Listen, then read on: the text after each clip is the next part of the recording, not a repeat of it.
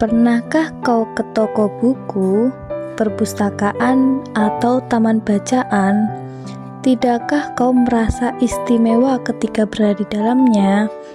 Di sekelilingmu ada berbagai tokoh dari dunia nyata dan khayal, tempat yang pernah kau kunjungi dan yang belum.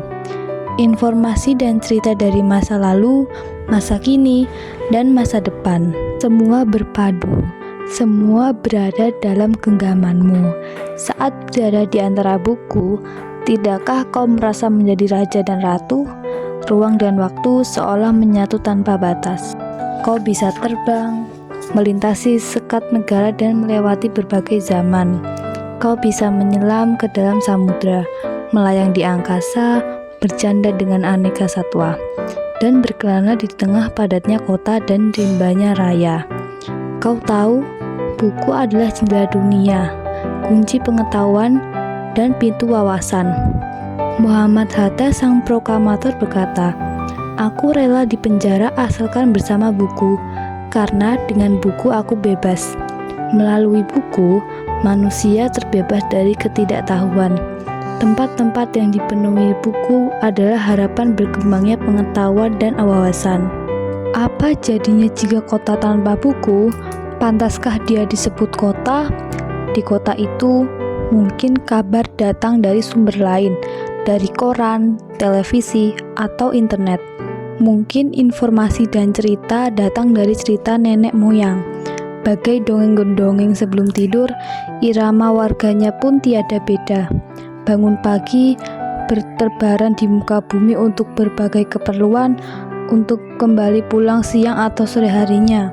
Setelah itu mereka berangkat tidur dan mulai lagi hari berikutnya. Semua serupa. Di kota itu mungkin ada bangunan bernama perpustakaan. Di dalamnya buku-buku berderet dalam rak yang tak terjamah.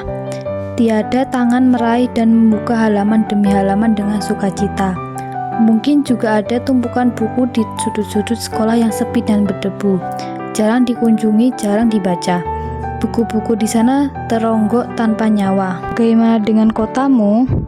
Mungkin kau tinggal di kota yang megah atau gang sempit, di desa terpencil, di sisi pesisir, atau di kaki gunung.